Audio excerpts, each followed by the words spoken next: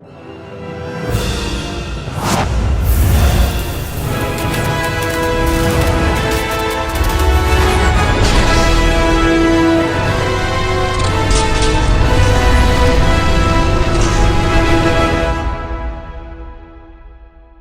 going on, everybody? Welcome back to another video, and in today's video we're going to be talking about Underworld.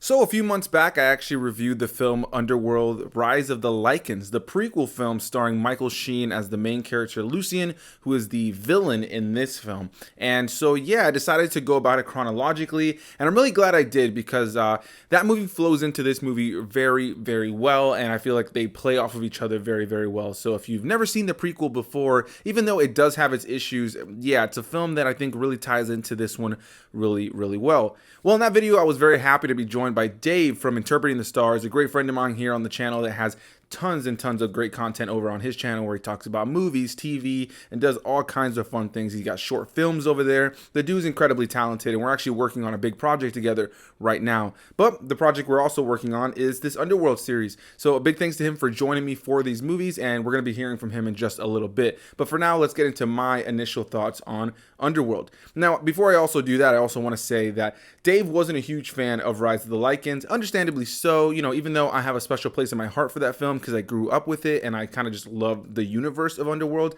Yeah, it's not a fantastic film, and even though there's a lot of things I praise about that film, there's definitely a lot about it that doesn't work, and I can totally see how an outsider would come into this franchise now and maybe watch Rise of the Lycans and not be overly excited about what's going on. But yeah, I hadn't seen this one in quite some time. I'm also watching these films for the very first time with my fiance who's never seen them before, so it's kind of fun to watch her reactions alongside me as now we watch the original Underworld film that set the groundwork for this vampires versus werewolves, or lycans as they call them, a story. You know, it's your traditional vampire versus werewolf story with, as Dave is going to say in just a little bit, a little sprinkle of the Matrix. This definitely has a lot of Matrix-esque vibes and just the feel, the vibe, the look. I mean, everybody's walking around in leather, dual-wielding pistols. Yeah, overall, I really thoroughly enjoyed this film. I'll go ahead and start off by saying that I find this to be a good, fun time at the movies. I remember seeing it back in the day as a kid, and this was kind of where my love for the series started, and I'm assuming the same for a lot of other people. And yeah, this film is directed by Len Wiseman, who's directed things like Megadeth music videos to the sequel,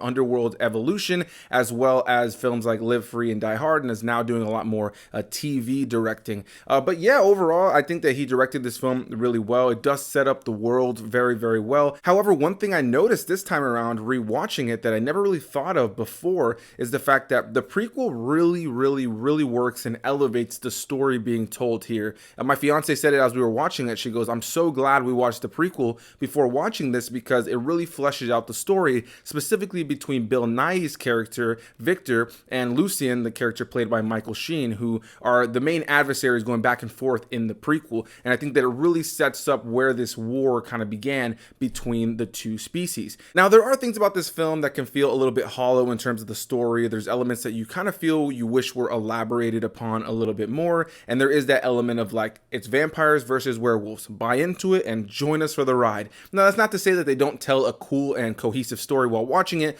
but there is a lot of really deep, rich lore, and there's a culture to both of these species that I don't think is kind of dived into a whole lot in these films, or at least not as much as I would like to see them do it. The future films start to expand upon it a little bit more, but yeah, you know, it's not too much. Now, I don't want to dive too deep into spoilers in case you've never seen this film, but man, let's talk about the cast really quickly, or at least the main cast. You have Kate Beckinsale, you have Speedman, you have Michael Sheen, you have Bill Nighy. I just genuinely love the cast of these films. I find them to be tons of fun. I feel like they fit the roles so well. It's hard to watch Bill Nighy in these films anymore without thinking and seeing Davy Jones. I mean, he literally pretty much gives a very similar performance to Davy Jones. So yeah, it's kind of hard to watch these movies now and not just see Davy Jones. But overall, I really thoroughly enjoy the way this film is put together. The action is big, fun, and I was going to say vibrant, but not necessarily vibrant, but there is a very cool aesthetic to this film because a lot of the film is very dark and gloomy. It's very much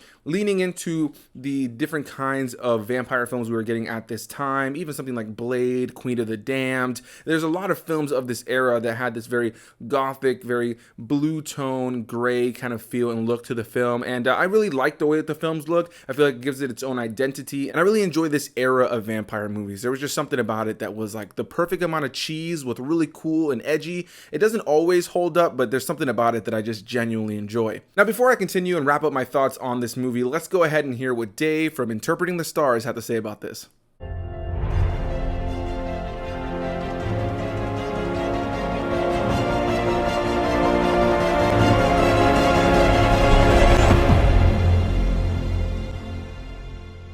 What's up? It's Dave back on Anthony's channel to discuss the first film in the Underworld series, aptly named Underworld. The last time I was on Anthony's channel, we talked about the prequel film called Rise of the Lycans, which was terrible. So I was definitely hoping the same would not be true here.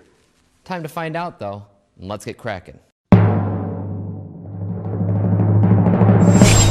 So Underworld is essentially about a variation of reality where vampires and werewolves not only exist, but they're at war with one another. They've been at war for thousands of years, in fact, but when the smoldering vampiress Selene notices the werewolves are tracking a human, she decides to find out why.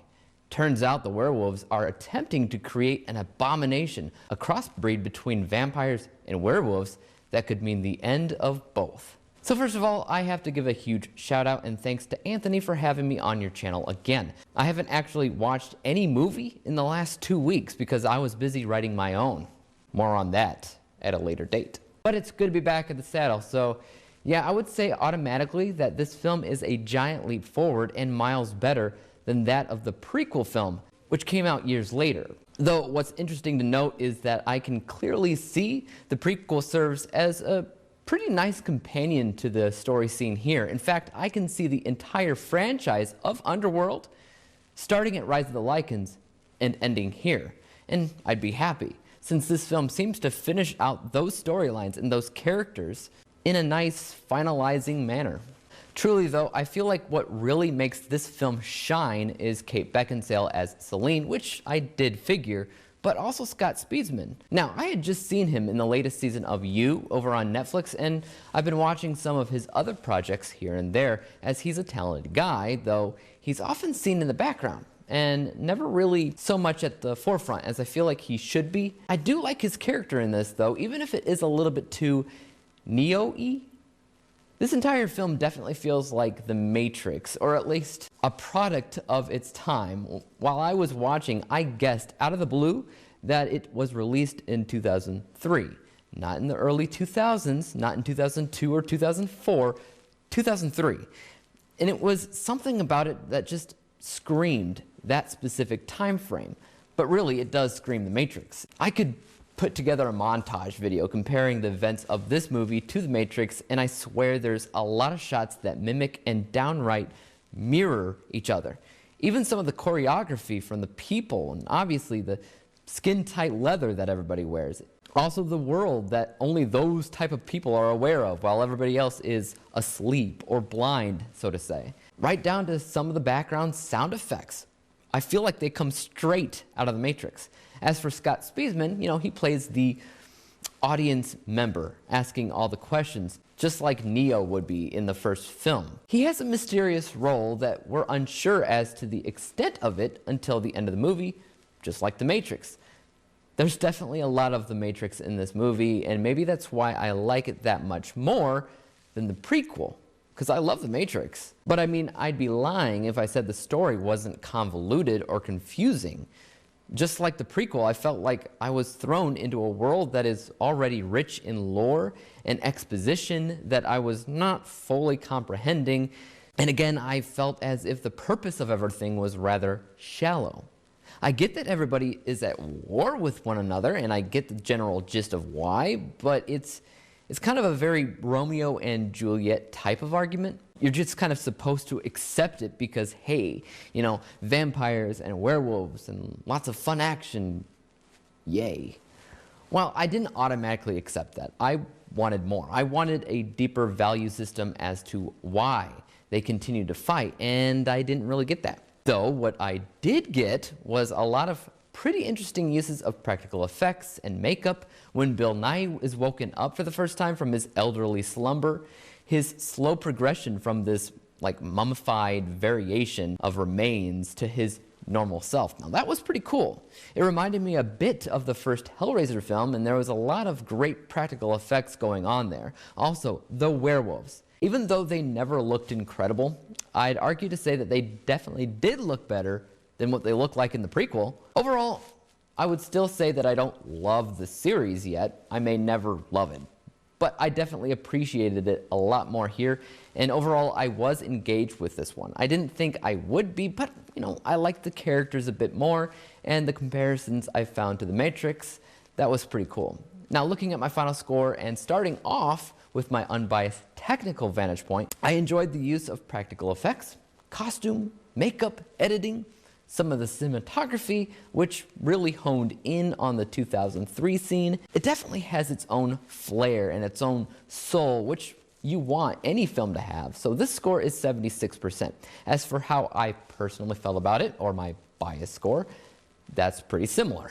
I was engaged, I had a good time with it. It's still not my favorite movie in the world, but I wouldn't mind rewatching it later on down the road, which was not how I felt about after watching the prequel. So this is a fair score of 74%, meaning that when we combine the two scores together, we come to the final rating of 75%, 75 out of 100 possible stars. Thank you once again to Anthony for inviting me over to your channel to discuss this movie. I'm glad that it didn't suck like the prequel. Anyways, I'll catch you next time.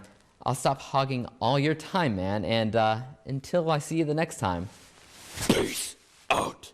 A big thanks to Dave for joining me here in this video. Guys, he has a great catalog of reviews over on his channel, where as you can see, he breaks things down from beginning to end in a really cool way. He has his unbiased score, his biased score, and I just really enjoy the way that he approaches reviewing movies. So a big thanks to him for being here in this video. You guys can find the link to his channel down below in the description box. Go give him some love, let him know I sent you, and I look forward to having him back on very soon for Underworld 2 or Underworld Evolution. Yeah, so this is a movie that, on basic premise, I should mention, because I didn't mention it too much on the first part, I just kind of wanted to talk about my general thoughts on the movie. The basic premise is you have this individual who's been kind of pulled into this adventure between the vampires and the Lycans. Our main character is Selene, played by Kate Beckinsale, who is kind of like a daughter but not daughter to the character of Victor, played by Bill Nighy. Now, if you've seen the prequel, you know that Bill Nighy sentenced his daughter to death because she was about to have the child of Lucien, who is a Lycan, and they were about to crossbreed, the two different species. And Victor was not having it, so he ended up having his daughter Sonia killed, which is what started the war and started the fight between him and Lucien, and between the vampires and the Lycans overall. Before that, the Lycans were kind of slaves to the vampires, and Lucien was kind of their pet, the one that they kind of kept by their side and trusted until he eventually broke through. I love Michael Sheen in the role of Lucien. I honestly wish they would have done more with him in this series, but between the prequel and this film, I think he gives a really great performance, and I really enjoy that element. So like I mentioned, you have Kate Beckinsale's character, Selene, who is kind of like a daughter to Victor because she kind of reminds him of his daughter Sonia. So he kind of like trusts her a little bit. He kind of has a soft spot in his heart for her. She pretty much wakes him up to tell him that there's some issues going on with the vampires. She wakes him up early from his long slumber to pretty much say, hey, the vampires are working with the Lycans, and that one Lycan that you had major problems with a long time ago, yeah, he's back and he's in charge of everything. At first, Victor doesn't 100% believe her, but then eventually he starts to see that what she's actually saying is true, and then there's more conflict that starts to brew between both sides. In the middle of all this is Scott Speedman's character, who is a guy who something is special about him, something about his past and his bloodline that makes him very, very important. So the Lycans really want to get their hands on him for this very specific reason, and in the midst of all this, Selene chooses to help him and kind of turn her back on the rest of the vampires. So you have this vampire who starts to, kind of fall in love with this human who is now kind of being wrapped up in everything that's going on with the Lycans, and she has to keep him from the Lycans while also protecting him from the vampires as well, and you got a story that kind of develops there. That's kind of a broken up way to kind of tell the story without giving too much spoilers in case you've never seen this movie before, because like I said, I just watched it with my fiance. She had never seen it before, and it was great to see her reactions to the story as things unfolded. I'm really looking forward to revisiting the second movie. Ultimately, I think these movies are a lot of fun. They're not the greatest movies of all time when it comes to the narrative, but in terms of action, cool visuals, over the top, just early 2000s, late 90s cheese that just very much leans into that over the top gothic, vampire, edgy, Queen of the Damned, Damned, you know, From Dusk Till Dawn, just era of vampire movies. I just really enjoy what they do with it. Very Blade-esque, very Matrix-esque, but there's just something about this time in cinema, and specifically movies like this, that I just genuinely enjoy. So again, a big thanks to Dave from Interpreting the Stars for being here in this video. Love the dude. He's a really great guy. I highly recommend you guys go check out his channel. The link will be down below in the description box. Go give him some love. Let him know I sent you. And for you guys, have you seen Underworld? Which is your favorite film in the series? Do you like this movie? Do you not like this film? Are you like me, and were you in love with Kate Beckinsale when you were younger, when you were watching this? Because ooh, she's fantastic looking in this movie. That was terrible singing. But anyway, thank you guys so much for watching. I really, really appreciate it. Hit that like button, comment your thoughts, subscribe for more videos, and I'll see you guys in the next one. Bye-bye.